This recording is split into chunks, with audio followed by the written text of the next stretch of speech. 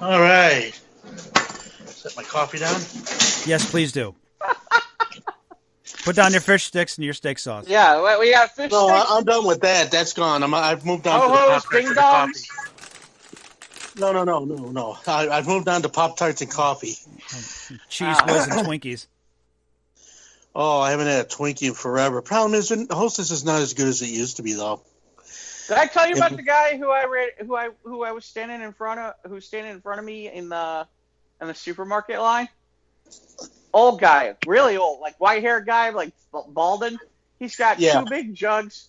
He got 2 big jugs of vodka, 2 big jugs of like orange juice. He's got like 6 boxes of family-sized boxes of Pop-Tarts. He's got two 6-packs of like protein drinks from Atkins, and then he's got like a bottle of Tabasco. Whoa. Oh my gosh! Wow, And I'm like, that's a party. that's what I said. Follow him home. Woo! I'm like, Nobody light a match. Can I move in? Can I get an invite? Yeah, seriously. What time's the party? Yeah, the time is right now. Welcome everybody to the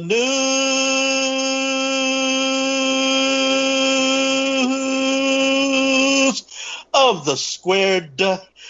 I'm Driving Ivory Bear here with Jeff and Mike, here to do the groovy thing we call the news that you may have never heard and nobody else will tell you, but we will. What do you say, guys? Well, I'll tell you what. The only thing that guy was missing was a pack of Funyuns. Or Dang, Cool Ranch Doritos or something. I haven't had sweet to go with that salty. Funyuns. Yeah. Oh my gosh. I used to love Funyuns. Yeah, they're overrated though, aren't they? I mean, they're cool, but you don't get nearly as enough, and they're kind of, they seem cool, and then after a while you're like, why did I buy Funyuns? Well, that's why you do it like once in a great while. It's one of those. You want a taste of it just to remember what it tastes like, and it's like I can't do these. No. I can't do these no more. Speaking of tasty tidbits, we've got our news stories from our many of them from our chief correspondent, Scott. Scott! Mr. Brown. Yes. Apparently he's got some sort of taco-flavored toilet paper or whatever the hell it is. I don't know. Taco Bell strength. Taco Bell strength toilet paper. Fiesta size. Scott. Fiesta size. Oh my God. It's on our page. You can check it out on the Facebook page. Oh, I plan on it now. Yeah. Yeah. All right, Jeff, you want to start? Sure. Oh, sure. Give me the strip club story. I got it. I see how this all works. You are the resident expert of these things. Yeah, this is a little far. Sexually active person. Okay, so this is from. Hold on a second. Where is this from? I guess it might be the Houston Chronicle. A side of glitter. Would you like a side of glitter with that burger? Thanks to COVID-19, Houston is home to Texas' first drive-through strip club. Okay. I feel like we've talked about stuff like this before, though. Like, this has been done.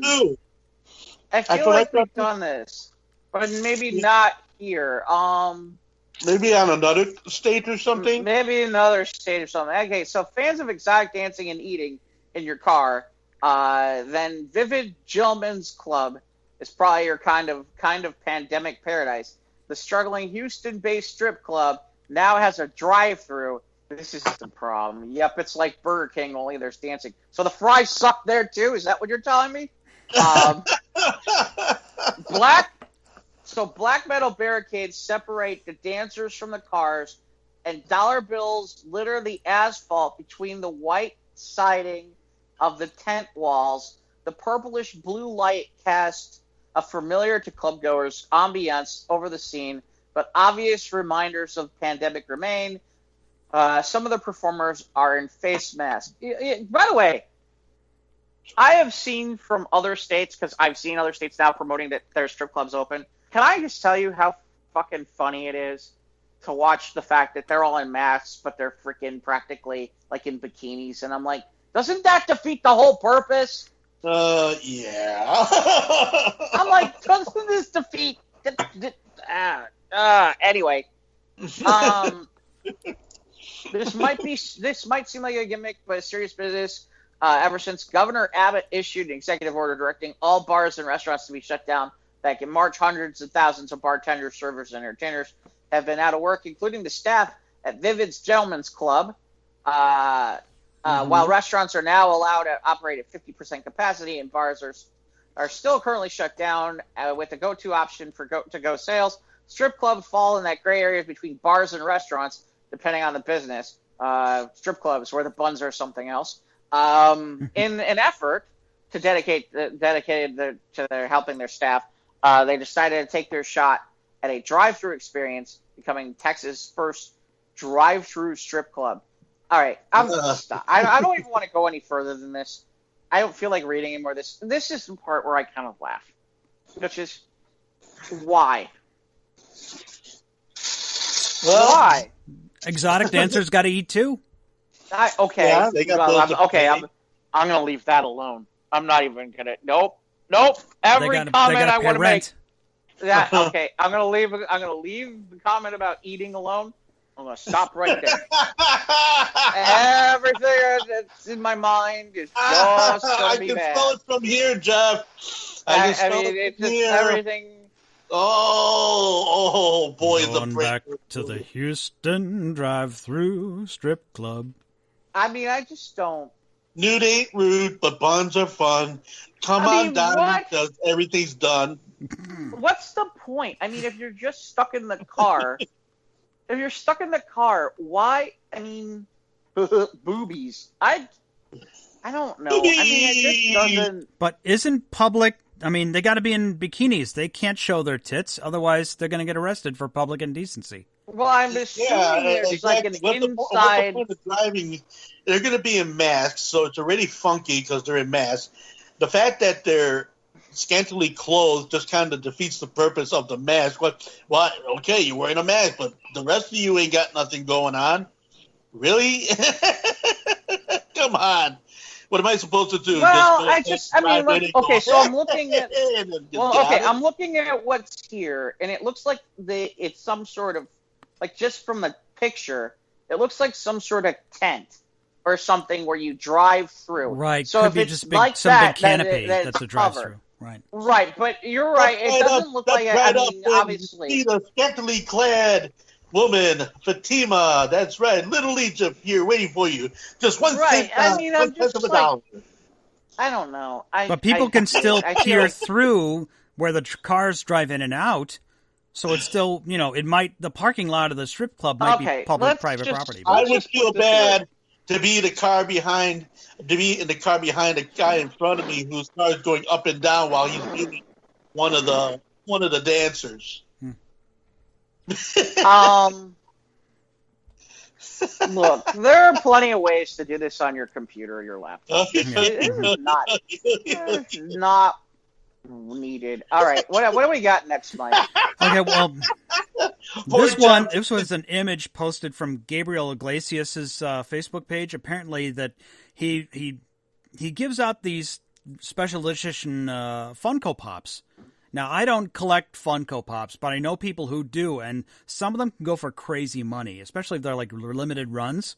I mean, some people gotta get them all, and it's weird how the last couple of years how Funko Pops have really blown up as far as popularity and such. But apparently, he posted on Facebook saying, "I give out special edition signed Funkos to people I think are fans for free," and then they do this, where he shows a screenshot of an eBay auction where it's the Gabriel Fluffy Iglesias Funko Pop that's signed by him in gold ink, gold, like a gold pen, and it's currently on eBay for $15,200. See, that's the bad thing about any of those products. Any celebrity autographs, Yeah. There's people who are like, hey, it's awesome to meet you. I can't wait. And then there's people who are like, going right to eBay. Can you sign us to eBay? The whole hoard and turn thing. It happens in every fan aspect or every entertainment aspect where, you know, you get a autograph. Oh, yeah, great. Got my album signed by this dude. Now I'm going to turn around. But I mean, like, think of it, dude. I mean, really. I mean, if you get that's something signed, Ivan, let's real life here. If you get something signed by a celebrity and then like a year later, you find out that it's going for $15,000. Yeah, I'm putting that on Craigslist. I mean, $15,000 is like, that's a good chunk of change. That'll change your life. That can change your lifestyle. That's my question. That's my question is, did it actually get? Yeah, but there are currently 50. The image shows like an eBay page of currently 51 bids. So could be just people shooting the cost up, but I don't know. I'd have to do a little. I mean, I'm kind of surprised that anybody would pay $15,000 for this for a Funko Pop. Well, even if it's signed, it's not unlikely. Like, you know, in real life, there are people. Current eBay auctions here. Check this out. Yeah, this is stupid. Yeah, okay. Because this is so I'm filtering it for completed auctions and sold items. So apparently, yeah, that's $15,000 is bullshit because they're going signed for like $40. So that's $40 to $50. Yeah, that's why. But still, But $15,000. That's bullshit. From nothing to $40-$50. So now they're like the sold auctions go from like anywhere between 40 and 60. See, and he signed them in different colored ink. Different colored pens. But anyway, but still, that's a quandary. I mean, hey, man, $15,000 that's nothing to sneeze at for sure, especially men of our really lifestyles.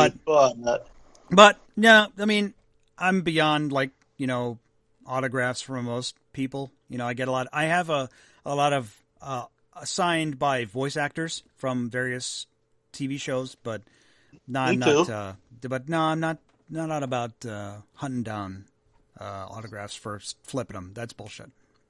That's what I'm upset over. Well, if you guys want to make yourself feel better, I'm not going to go through and read them all, but I did laugh my ass off at some of this stuff.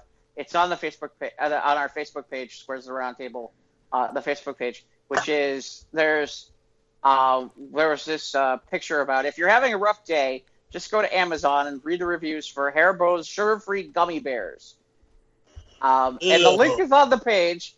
I'm telling you right now, there's some funny-ass stuff in there, and you will die out laughing. And there's so much of it. Sugar-free gummy bears? What's the point? You're missing the point. Just go read it. Let's read a couple. No. Then you go read them. Yeah, no. I'm telling you, there's too much stuff here. There's too many of them. There's too. Holy shit! Oh my god. Now he's understanding. Just go to the Amazon page and just type in Haribo, Haribo sugar. You don't even have to type it in. The link's right on the page. The link is there on the Squares page. But Mike's even the headlines. Now. Some of the headlines are awesome. Yeah, no, that's why I've said there's too much. Okay. We could do an entire show on that. I mean, seriously, there's that much. Okay.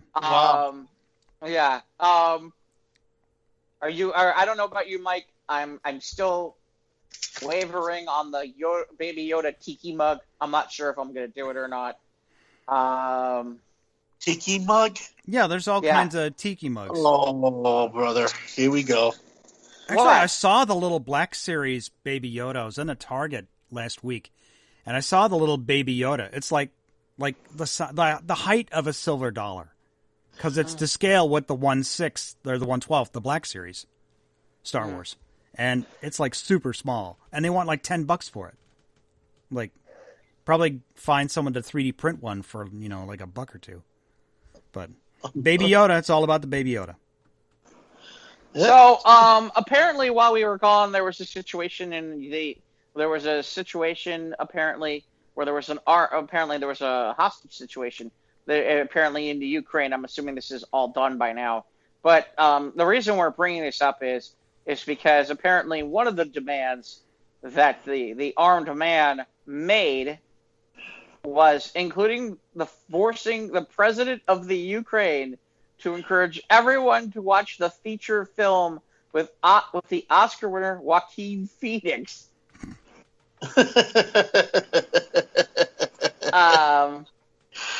That apparently he demanded President Zelensky endorsed the 2005 documentary film Earthlings, in which Phoenix narrates. Okay. Apparently, this guy actually did it. The president did. The president posted a short message on Facebook writing, "Everybody watched the 2005 documentary Earthlings," which later he deleted. The feature film was written by Sean Munson and who collaborated with Phoenix on multiple vacations. Obviously, they got this guy, but it was a 12-hour standoff. The hostage was diffused. Yeah, right. But apparently, this was one of his demands was to have that done. So there's that. Not nearly as funny. We should have talked about this on the Square Show, which is the best erotic podcast. We're not going to do that here. We talked about the chick from Facts of Life talking about vibrators. Yeah, that's about as close as we get to. Yeah, that's as close as we got. So apparently, get this. So this is from CNN. That's always fun when we get weird stories from CNN. There's a satanic temple offering the Devil's Advocate Scholarship. Okay, so a satanic temple wants to help high school graduates pursue their higher education with its Devil's Advocate Scholarship. The organization, which fights for separation between religion and public affairs, will sift through submissions of 2020 graduates and award 2 winners $500 in scholarship money. Interested applicants are asked to submit a creative response in form of an essay, poem, work of art, or film answering one or 2 questions.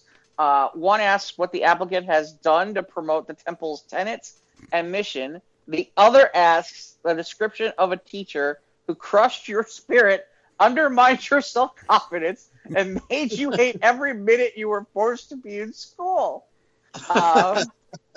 Would you be presented the scholarship by Al Pacino? I don't know.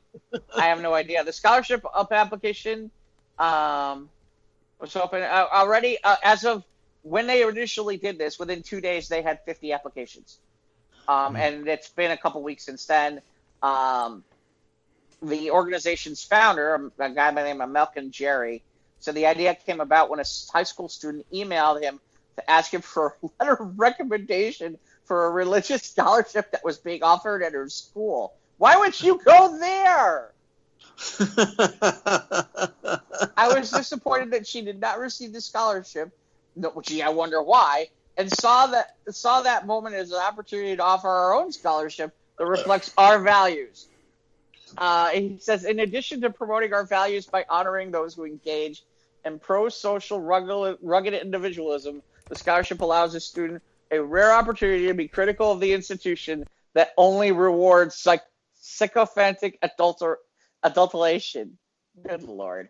The group, headquartered in Salem, Massachusetts, gee, what a guess, says the mission is to encourage benevolence and empathy among all people. Members believe that Satan is a literary construct, not a being.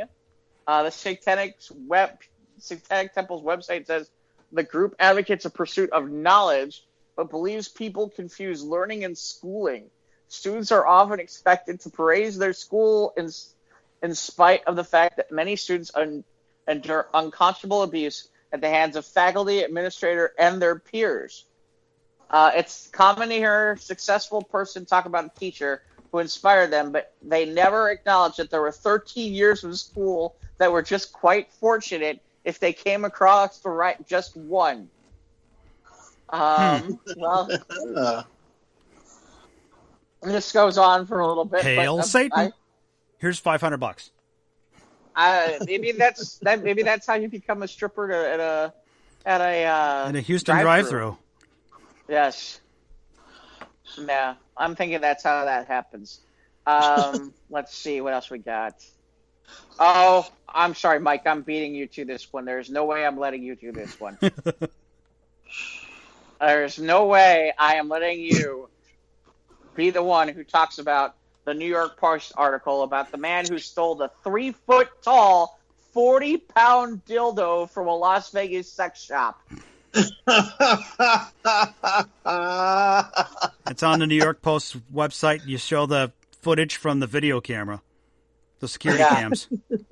Maybe he was too hard up to afford it. Hardened crook. Hardened crook. That's horrible. Oh my God! What a dick. Oh wait, gets worse. A cockamamie crime. Oh man, that's bad. By swiping a giant dildo from a Las Vegas sex shop, according to TMZ. Because if anybody would know about that, it's TMZ.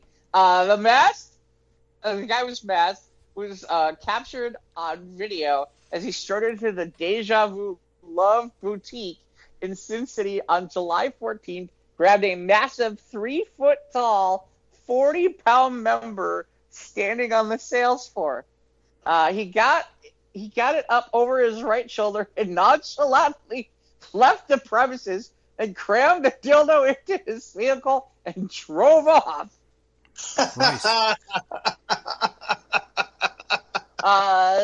This is from a staffer there, quote, by the name of Ryan Carlson, quote, sadly the pandemic has encouraged even the scummiest of scumbags to steal the strangest products from innocent businesses. The landmark item in the store is worth nearly $2,000. $2,000 dildo? Yeah, wow. Well, if it's that's a lot of 40 pounds. So if you see, this is the quote, that's great. So if you happen to see a 3-foot penis sitting around, please turn in the 6-foot dick who stole it. We can only hope that this thief finds Jesus and returns the item, or law finds him and throws him in prison where he belongs. Another store worker named Laura, who declined to give her last name, gee, I wonder why, said that the formidable phallus is named Moby, presumably in homage to her. Yup. Moby Dick. Honestly, I never read it. Apparently, you can buy this dildo on Amazon, where it lists as $586 as the world's largest retail dildo. It's crazy. According to the listing, it says there may even be a soul out there brave or talented enough to use Moby as a traditional dildo, the listing says. If there is, nope. Crime doesn't pay, and if it does, sometimes it uses lube. Well, in that case, a lot of lube. Holy cow. In that case, a lot of lube. Holy cow. Talk about devil's advocate. Hello. Woo. Hello. Oh, my God. I mean, about 3 feet, 40. Oh, wow. Okay. You might as well, once you've used that, you might as well, put in, a pool table and, a couch and maybe some cable. It's a conversation piece. TV. Yeah. I'd drill the tip out and put a lamp over it. Okay. Sure. All right, what else we got? This one, little local news. This one out of ABC 7 Chicago. Brighton Park resident uncovers a World War II artillery shell while digging in his backyard. Good Lord. What? Someone uncovered a bit of explosive history Wednesday morning in their southwest side backyard. The Brighton Park resident was digging when he came across a live 75mm artillery shell dating back to World War II. So, according to Chicago Police Postman Tom Ahern, the man called in police officers who showed up and radioed in the bomb squad to the home in the 3000 block of West 38th Place. The bomb squad x-rayed the shell and determined it was likely live. Oh, shit. The squad removed it to a remote Are location. we sure? Wait. Are we sure it wasn't a 3 foot by 40 pound dildo? From World War II. Yeah. Well, hey, why not? So the squad removed it to a remote location and exploded it with a countercharge, which is standard practice to disarm possible explosives. The team was able to confirm the shell was from the Second World War by markings on the shell. Saying Operation Penis. We just want people to know that if they ever come across anything like that, a suspected explosive device, to clear the area and call police. It was unclear how the shell got into the person's yard. It's like... No, because what am I going to do? Hey, everybody come on over. Let's go just throw roast marshmallows over it. What the hell are you going to do? Yeah. Let's keep it under 50 people so Lori Lightfoot doesn't bring the hammer down. Well, no, in that case, let her come by. Anyway, maybe that's where the 3 foot by 40 foot. Okay.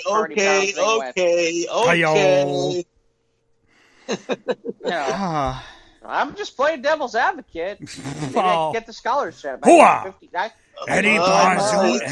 He's got his certificate in the mail. There we go. All right, what else we got? Let's see. Mike put up something about the fact that some lioness in heat bites a lion's balls at the Rotterdam Zoo. What? Yeah, the image pretty much sums it up. Okay. Yeah. Well, you want to read this one, Mike? It is your story. I'll let you go have fun. I will. There's not much to it, but I'll just say finding out lionesses have sex 20 to 40 times a day when they're in heat, and if her man can't keep up with her, she demands to mate by biting his balls. Has been the highlight of my day. You want to know why? You want to know why this is happening? I'll tell you why this is happening. This is happening because someone stole her 3 foot by 40 pound dildo. Yeah. Photos here. This is from 9gag.com. Someone named Jasmine Rice posted these photographs from the Rottingham Zoo. The photos were taken by photographer Johanna Koch. K-O-K. Are you sure? Are you cocksure about that? Yes. At the Rotterdam Zoo in the Netherlands. Are you sure you don't mean the nether regions? And there's the the rotting cock. And there's the close up of the male lion's sad face. The caption reads, "Honey, please, I'm tired." But I want more. I want more. And then there's other captions saying, "Me being horny when he just wants to play video games." According to the zoo, the lioness is a juvenile, one of the 3 that were born in the zoo in August of 2018, to mother Ladana and her father Apel. It is not a lion being prompted for another round of mating, but rather a lion being bitten on the balls by a cub. Okay. God. So incestual. Got it. Interesting. She needs the devil's advocate for. This is wrong on so many levels, folks. It's either that or send a lioness through the drive-through strip club. Yes. You gotta get it out somehow. Yes. Get it out. Speaking of things that need to get out, apparently emus are now banned at an Outback Queensland pub after bad behavior. I'm just a little confused why they weren't banned in the first place. Yeah. But so Lethal Eagles got kicked out, huh? Maybe they're stealing giant dildos. An Outback Queensland pub has banned emus after a spat of bad behavior from feathered guests. I'm just going to go through the key points. The Gakara Hotel has banned a gang of local emus, so not just one, known to steal food and drinks. The owner has erected, this is horrible timing, barricades to prevent the birds from entering. An emu expert warns that people need to be careful around them as they can get aggressive. Okay, so apparently there's a hotel where there are emus, and they've barricaded the entrances to keep the birds out. Apparently they're learning to climb. Well, of course they're learning to climb. They're birds, you dumbass. And they have more than that. The ability. Yeah, they can emus fly. I bet they can. The emus are flightless birds, I think. Oh, are they? Okay, but yeah, they got. Are they like ostriches? They're flightless. All they do is stick their head in the sand and do shit like that. Well, apparently they do a lot more than that. We didn't really want them becoming patrons at the hotel, because when they do get in here, they behave a bit badly. Well, no shit, they're emus. What exactly were you thinking? Emus are known to target tourists, steal food, drinks, car keys, and general make a mess. No. Really? Never would have guessed. Why? Okay, so I'm looking. Okay, their idea of what a hotel is and my idea of a hotel in this picture are very, very different. This looks like a house. I hate to tell you what kind of bed and breakfast or something. Yeah, it doesn't look like a hotel to me. Okay, but people have been killed by them. That's not shocking either. Well, that's not good. But apparently not by these. But yeah, apparently anything that looks like a chook they'll basically eat. Well, apparently there's a 30-foot dildo that apparently we can find out if they'll eat. We'll see how that goes. If we can get them to eat it, there's a scholarship in your name for the Devil's Advocate Scholarship. But yeah. Mike, yeah, I know you got another one here. Apparently this is very cartoony in nature. Yes. In Maine, a man has sawed his neighbor's garage in half over a property line dispute. Oh my God! Did he paint the line down the roadway as well, or what the hell is this fucking Yankee shit? A dispute between two neighbors over property lines escalated when one man decided to remove half of his neighbor's garage, which was built on his land. The property line says right here. The issue started in 2016 when Steve Ritter, the owner of the street in Maine, where Dover Foxcroft apparently is the town, passed away, and his wife took over the property and began to rent it out. So the neighbors who lived next door said they had numerous problems with various tenants over the years and even tried to buy the property from the widow. But their problems came to a head back in April when they dumped a load of wood chips near the property line, and the Bronze told the Bangor Daily News the wood chips were needed to help a tractor traverse the downhill grade in their backyard to clean up the mess that had fallen. But anyway, the widow's son, Blake, saw the massive pile of wood chips. He put a stake near the pile and told the Bronze to move it because it was on his property. They refused, claiming the wood chips were on their side of the line. They hired a surveyor to confirm that they owned the land in question. When the surveyor came to inspect the property, he determined the property line ran down the middle of the driveway and through the garage. Oh. After a second surveyor confirmed the findings, the Ritters asked if they could retrieve their father's ashes from the garage. The Bronze agreed, but were shocked when Blake allegedly trashed the place. Shit. We said, please do. We want our property back because we've been paying taxes on it for years. Tracy told a newspaper. That's Tracy, the widow. But we went over there and started throwing trash all over the place and smashing glass and taking bureaus and throwing them outside the yard. After that, they had enough and decided to take matters into their own hands. So he grabbed a Sawzall, that's a reciprocating saw, and proceeded to cut the garage in half right along the property line. Nice. All right. So nobody has been to the house since Gabriel cut the garage in half, and the Ritters have not spoken with any media outlets about the dispute. But, I mean, it looks like something right out of Bugs Bunny. I mean... You know, these people need to get the Devil's Advocate Scholarship. Sharing is caring, but they don't want to share, so... Yeah, well... You know who'd be great to judge the Devil's Advocate Scholarship? Who's that? Benedict Cumberbatch, a.k.a. Doctor Strange. And you want to know why he might be the best person to do that? Because apparently, and I'm looking at this here. I'm trying to find exactly what it is. But apparently, he decided to pop in to a Manhattan comic book store as Doctor Strange. Yeah, this is back when they were filming it. Apparently, this was back when they were filming it. Yeah, in 2016. Yeah, so apparently he pepped in there is that, so, he would be a perfect judge for that. That's awesome. Let's see. Man. Here's perfect.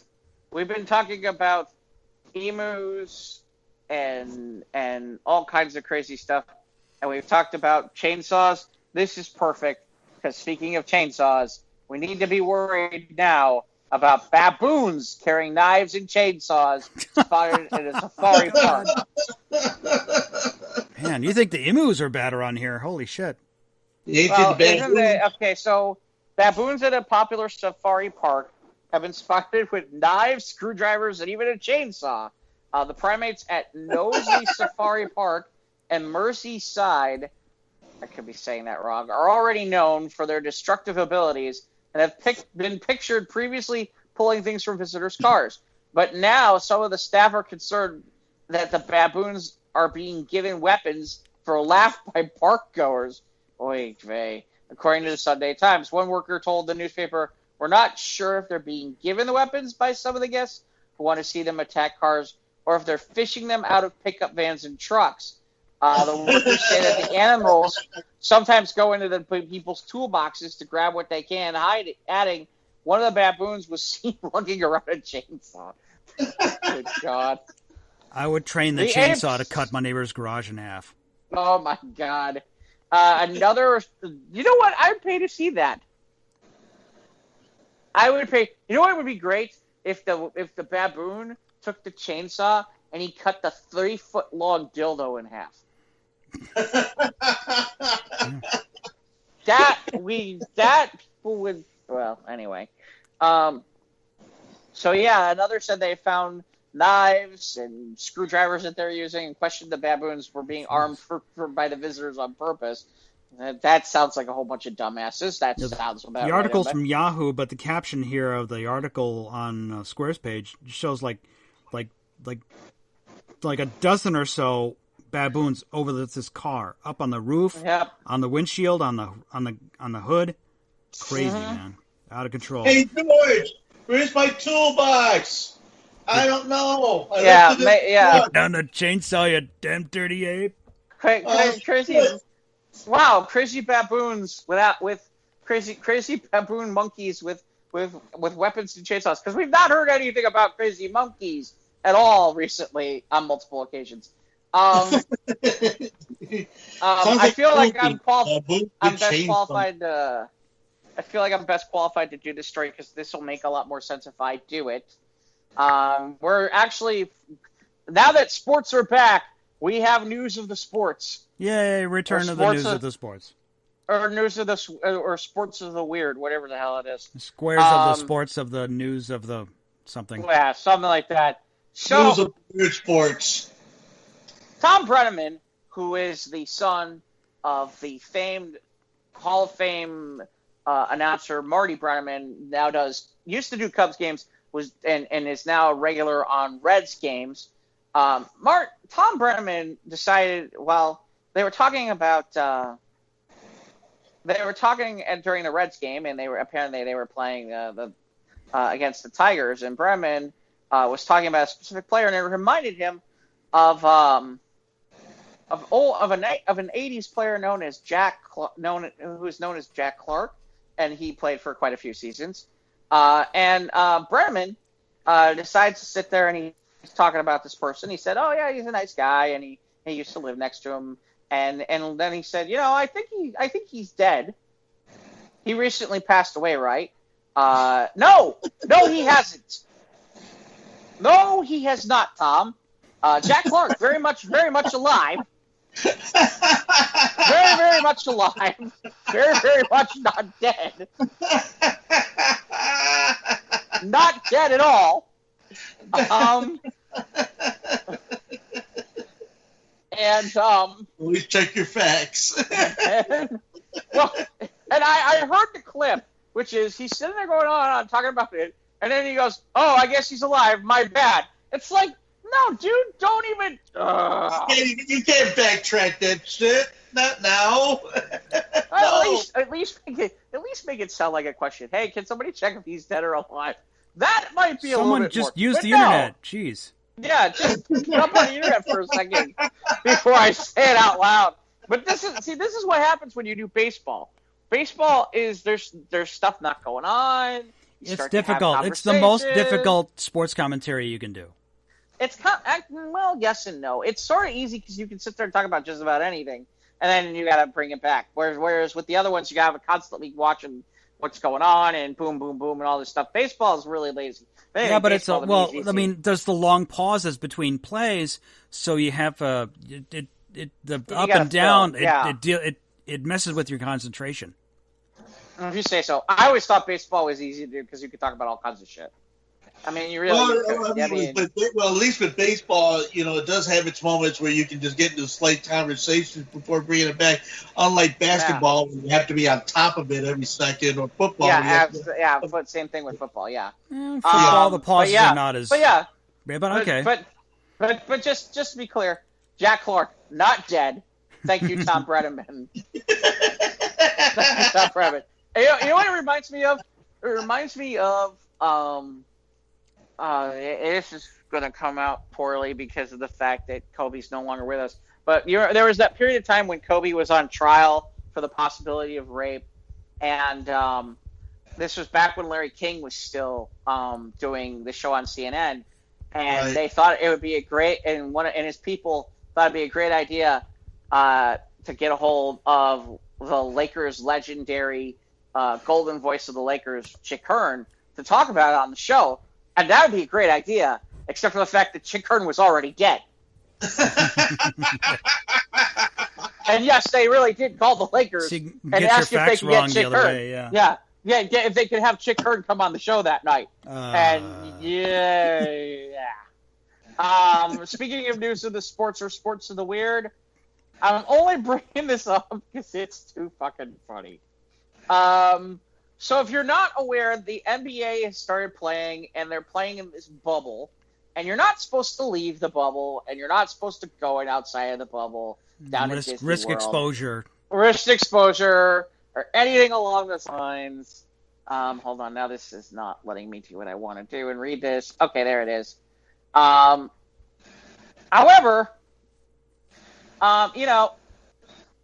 here's the thing. So apparently,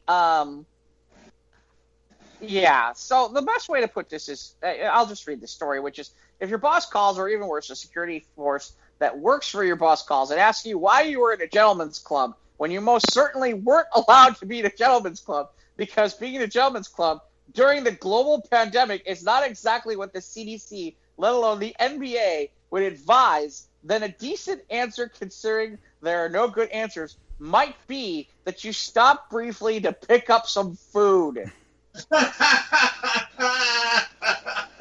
That's it. Just picking up some wings. It was completely innocent. It's almost no different than picking up dinner anywhere, except, of course, it offers a kind of scenery you can't get at, say, the McDonald's drive-thru. So at least Lou Williams of the Los Angeles Clippers has that going for him. According to Lou Williams, and this is on Twitter, quote, Magic City has got the best wings in the city. And it might. Magic City, the famed downtown Atlanta Gentlemen's Club, absolutely might be the best place in town to get some wings. Williams would know. He was there. Because he grew up in Atlanta. Because he grew up in Atlanta. Oh, he also hyped the Blue Flame, another gentleman's club in the city, for its wings.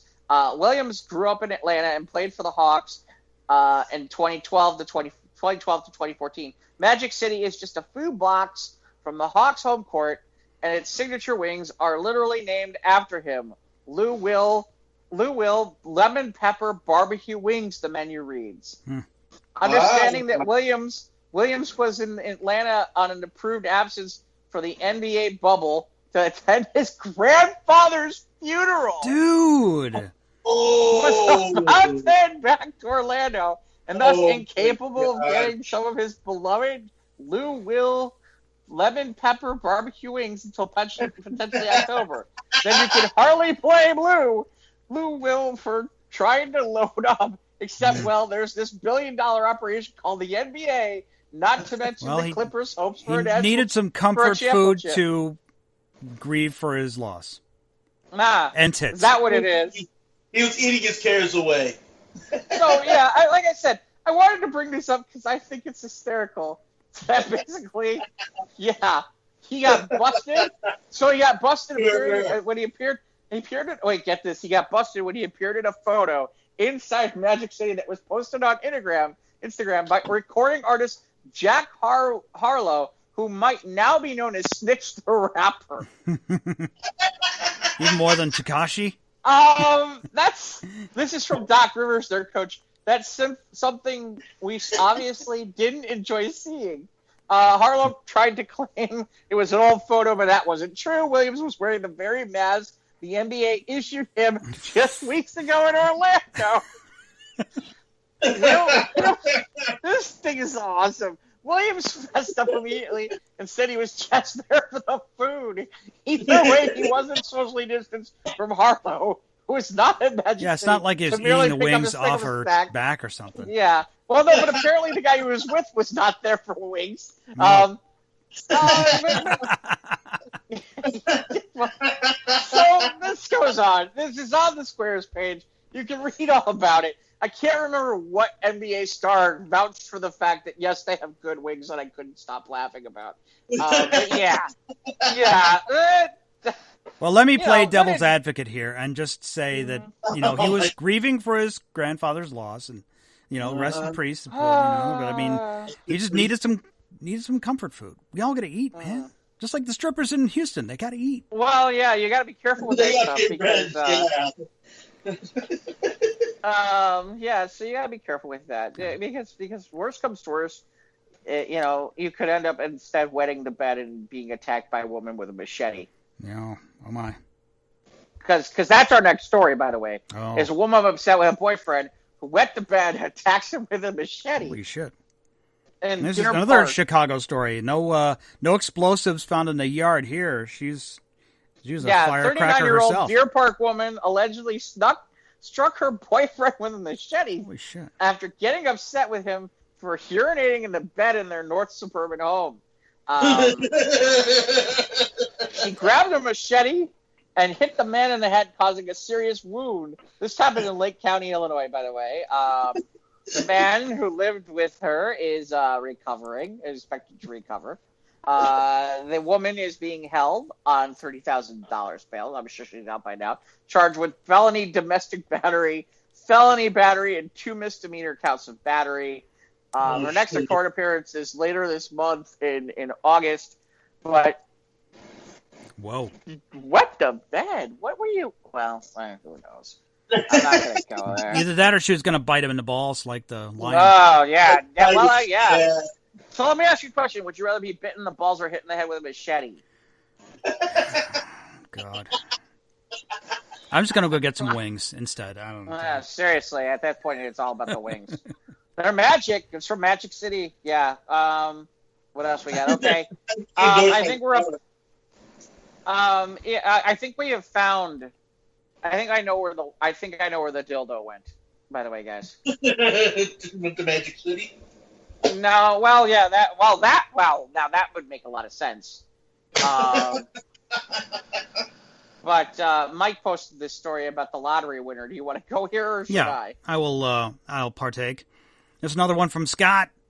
Scott! A desperate lottery winner offering men $77,000 to date her. For some people, finding the right person to date can be a challenge. Even with all the apps and matchmakers out there, sometimes nothing seems to work. But that's what a 23-year-old named Jane Park feels has been happening to her. But she plans to put an end to it, and she has the means to do so. You see, Jane, who lives in Scotland, is the youngest person to ever win Europe's continent-wide lottery called Euro Millions.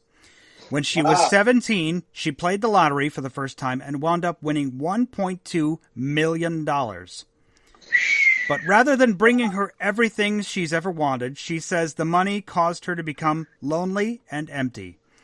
Telling the UKs this morning, I wish I had no money most days, I say to myself. My life would be so much easier if I hadn't won. I thought it would make it 10 times better, but it's made it 10 times worse.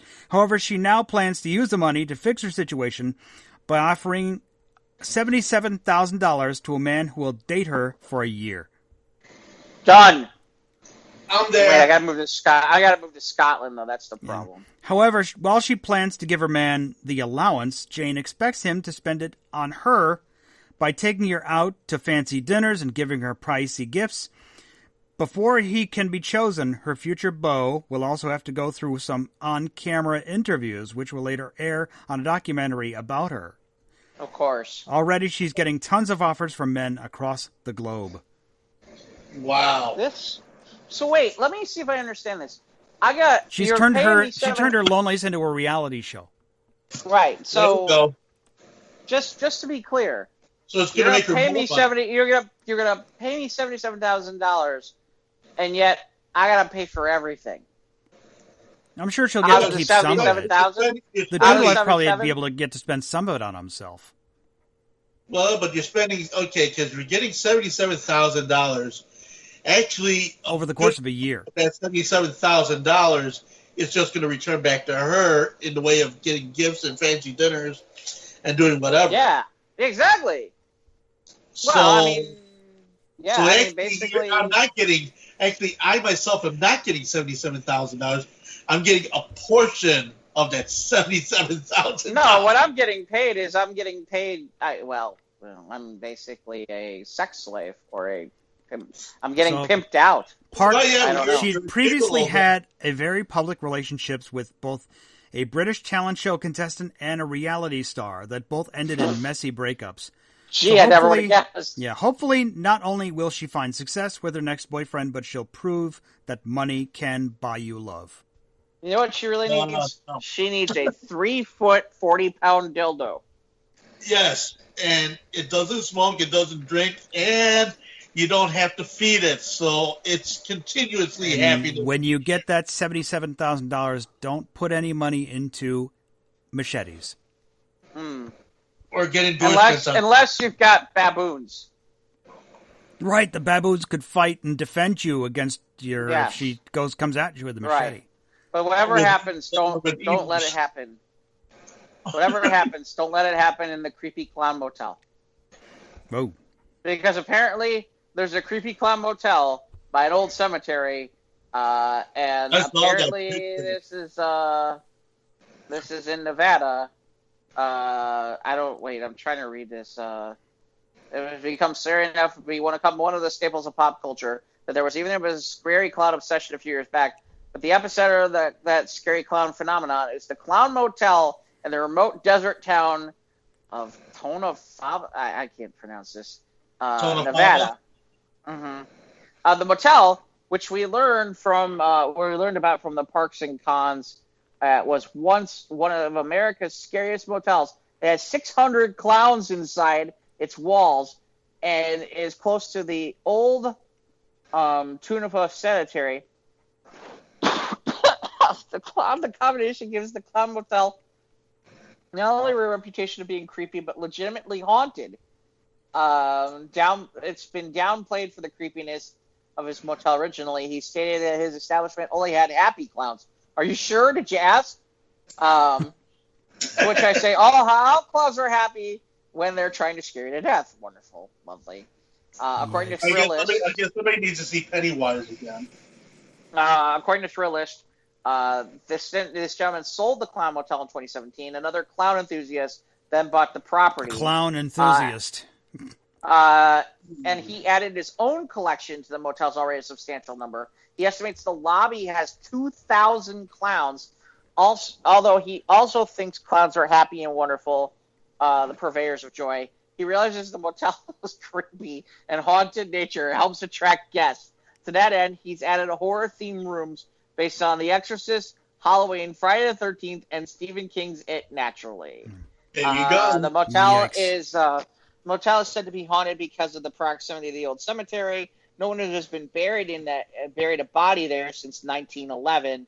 Oh. The old cemetery reportedly brings all kinds of ghosts to the property. The guests at the motel have cited various strange noises and maybe it's just the dildo. Yeah. Or it could be Lou. It could be Lou eating his wings. Leave him alone. Yeah, he's just scared to get wings. Anyway, so apparently there's a creepy clown motel in the middle of nowhere in Nevada. Next to a cemetery. There's something called Big woke. Bucket of No. You take your Scottish date there. Yeah. There you go. Romantic date. There we go. There we go. Go to the clown. Getting you a fancy hotel stay. Yeah, that you're never going to return from. The clown motel. Yeah. It's funny. There's something here about woke fishing that apparently this is something that's. I know what it is. This is funny. I forgot about what this was. So there's this new trend called woke fishing on dating apps. So apparently what it is there are people pretending to be more progressive than they really are in their politics so they can get laid. Yeah. I've been part of that dating scene where they'll say, like, if you voted for this person, swipe left. Screw you. So apparently to get some, people are purposely saying, altering lying about their political beliefs. And all that stuff. Yeah, and all that stuff so they can get some. So, yeah, that story is on our page. Yeah, I'm a total feminist. I love women. Yes. And their I boobs. love women too, but yeah. I love women too. Yeah. Would you like to get to the Gwyneth Paltrow candle story?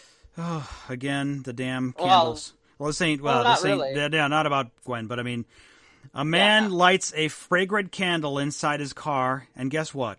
The car catches fire. Of course. Firefighters in Charlotte County, Florida. Of course, Florida man.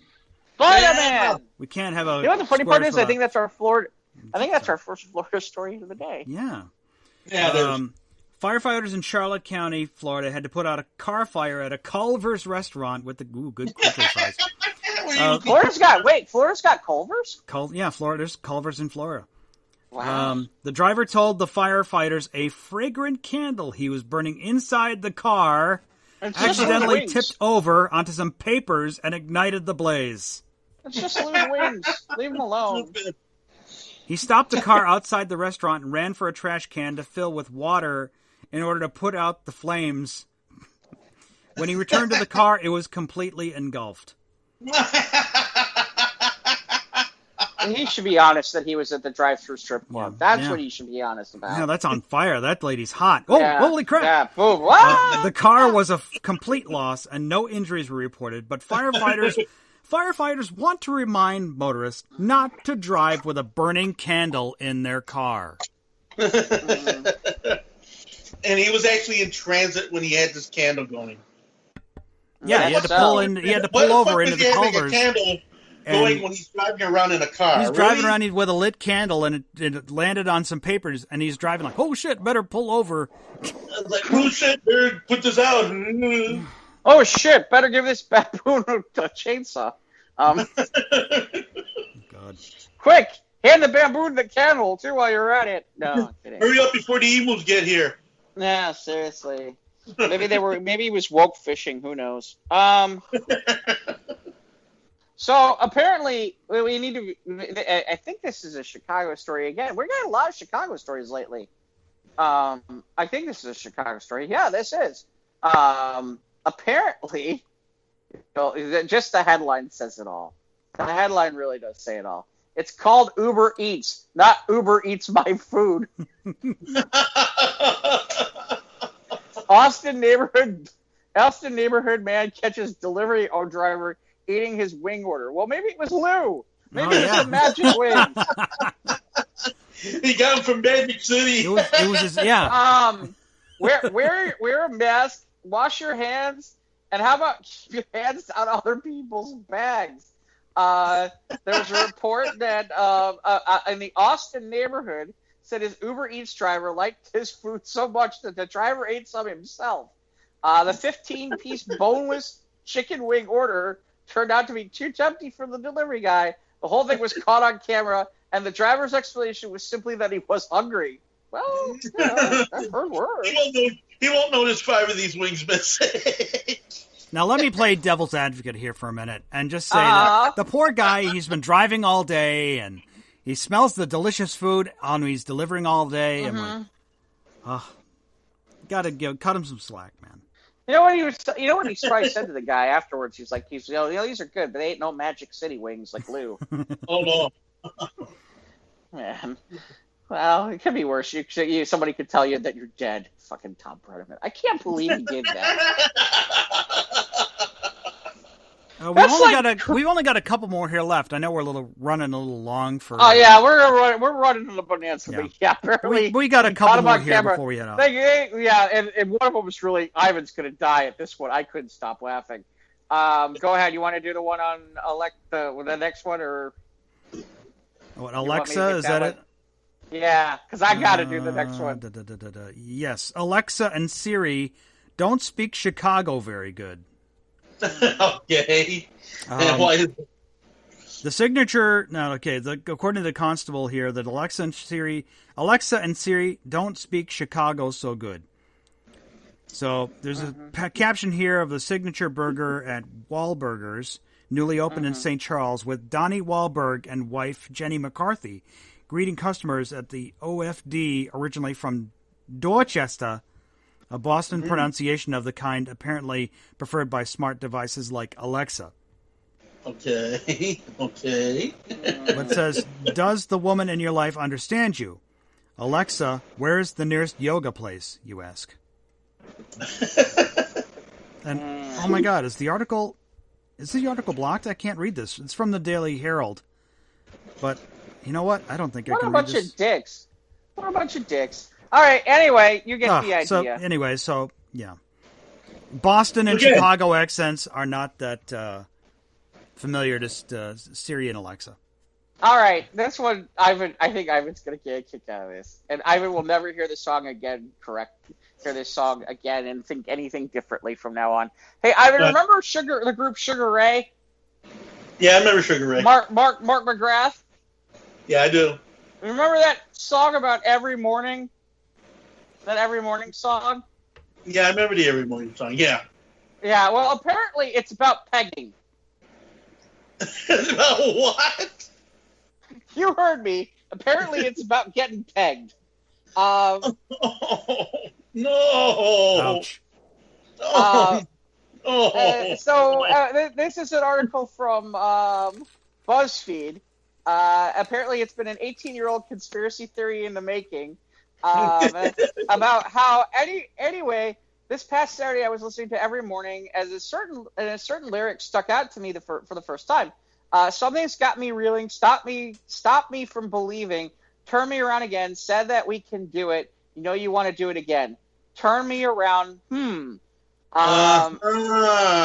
So, apparently, then he goes into analyzing all the lyrics and all the lyrics about this, and they go through it, and then, confident in the guy's findings, he decided to take Twitter to take his arguments to Twitter.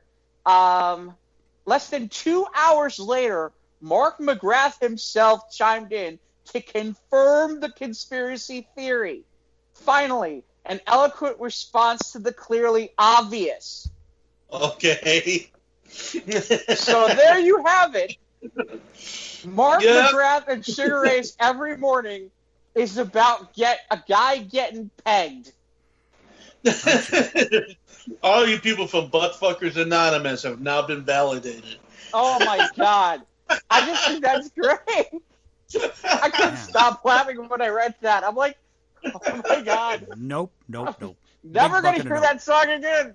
Never going to hear that song right again. It's okay, so either I'm done. bit in the balls, pegged, or machete. Be it from baboons or emus. Yeah, it depends. Yeah, is the pegging being done by a baboon or an emu? No. That makes a difference in it all. The subtle feelings of something other than. So we wanted to bring that. I wanted to definitely. Yeah. So here, by the way, Taco Bell now has a Scott Fiesta strength. That's for our buddy Scott. Of course, we need that. as we're running long on time, God, I can't believe this happened. The state of Rhode Island mistakenly sent 176 tax refunds signed by Mickey Mouse and Walt Disney. I don't even think we need to ask any more than that. I just think that's hysterical. When you wish upon a star. So we don't need to go much further than that. Let's see what else.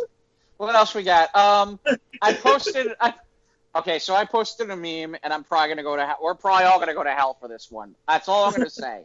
Okay. Which is, I'll just read it. Which is the picture is of a blonde-haired, young-looking woman. Her name is Piper Perry. It says she is a young Trump supporter that saved a police officer from an attack of group of protesters, but the media won't show it. Google Piper Perry takes on 5 men. She's a hero. Yeah, when you Google that, you'll know what it's about. Yeah. Let's just say that she's a very, very popular adult film star. So go ahead, by all means, Google Piper Perry takes on 5 men. She is definitely a hero. Man. She's definitely a hero. I could not stop myself. I had to post it. I saw that too. I think what else do we have here? Oh, we have the one. Well, it's not really. If you're on our page, swear to God, we have the wackiest shit you'll ever find. We have the one guy who's teaching the guy about the one stuff about the guy who's teaching martial arts who keeps getting hit by the other guy. We have an MMA fight between Spider-Man, Batman, and Robin. And now we have that has like the animation where like the words pop out where they make the hit. I don't know. Yeah. It? Oh yeah, it does. Ouchie, it does. Okay. You know, we do have a bunch of stuff about comics and pop culture stuff as well, but we do have some crazy ass stuff on here. Yep. To which we end our show tonight with something that Mike put up that looks like it might be from Scott.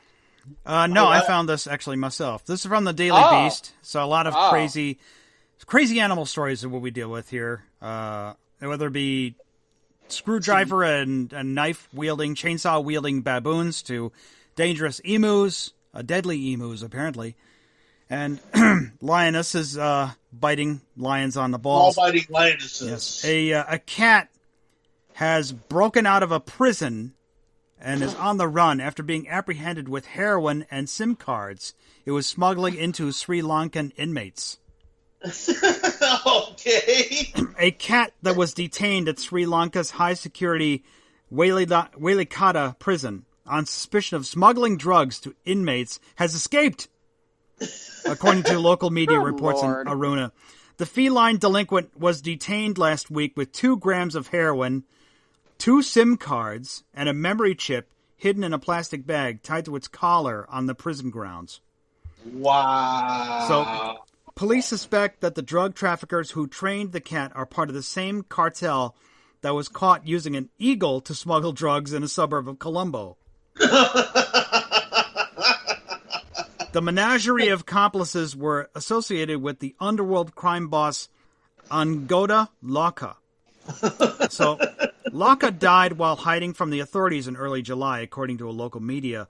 A man and woman, aged 30 and 19, were arrested Sunday for illegally cremating him and forging identity documents, according to the New Indian Express. Lord. So while there's no stipulation for animal arrest under Sri Lankan law, police were hoping the cat would lead them to the smuggler's den, the media reports suggest. The cat reportedly scampered out of its holding room and escaped through a fence when prison guards came in to feed it. And now the next adventure of Animals Gone Bad. Last week, police raided a farm owned by an associate of Laka and found an air rifle, bullets, and the eagle previously seen delivering drugs. It's like they had to line it up with other eagles. Like, that's the one. That's the one, officer. Prison authorities say they have noted an increase in people trying to smuggle drugs, cell phones, and chargers into the prison in recent weeks, allegedly to sell within the prison system. Were they broken out by baboons with chainsaws? Maybe. As they ride out on bad emus.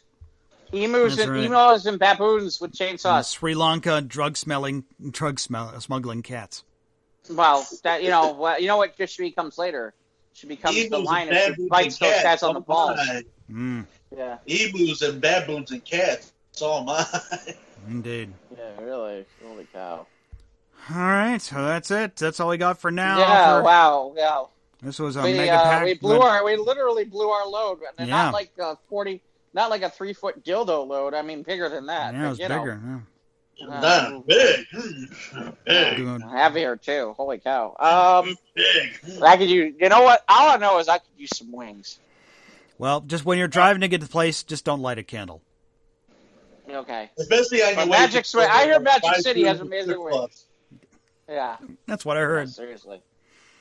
I'll eat them on my way to dropping them off to the Uber, to the guy who paid for them. That'll work. Uber Eats, don't Uber Eats my foods.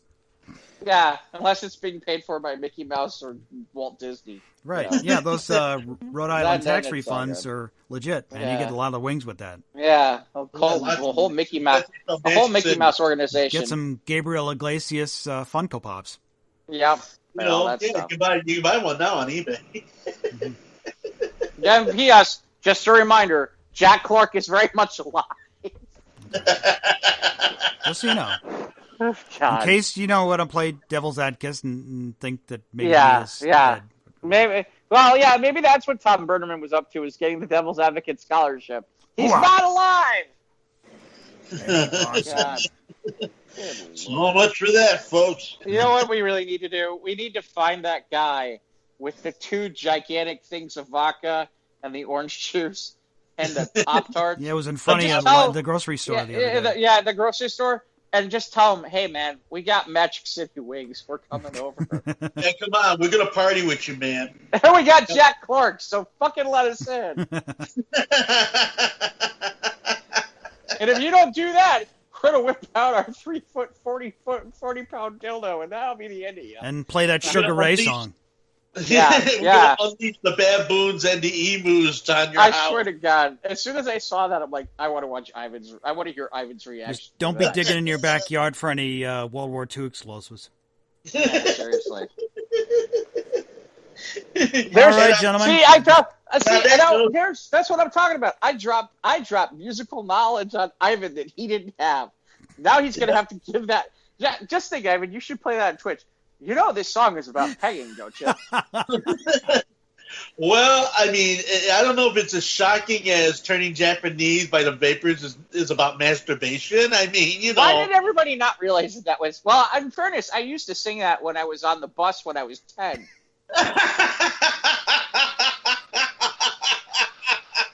That's like my favorite song, and that explains a lot of my life now. But it's all about the wings, Jeff.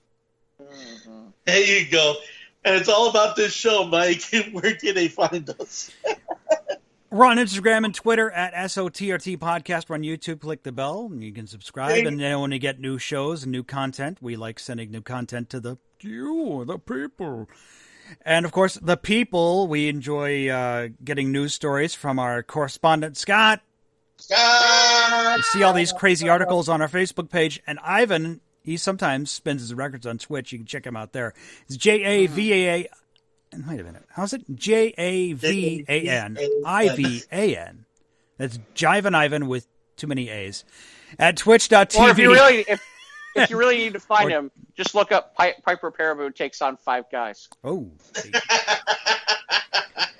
And we're on Google, Spotify, Anchor, Podbean, and Apple. You can download the podcast there and email us at sotrtpodcast@gmail.com. Spock. All right, well, that'll be the conclusion of the news of the Squared.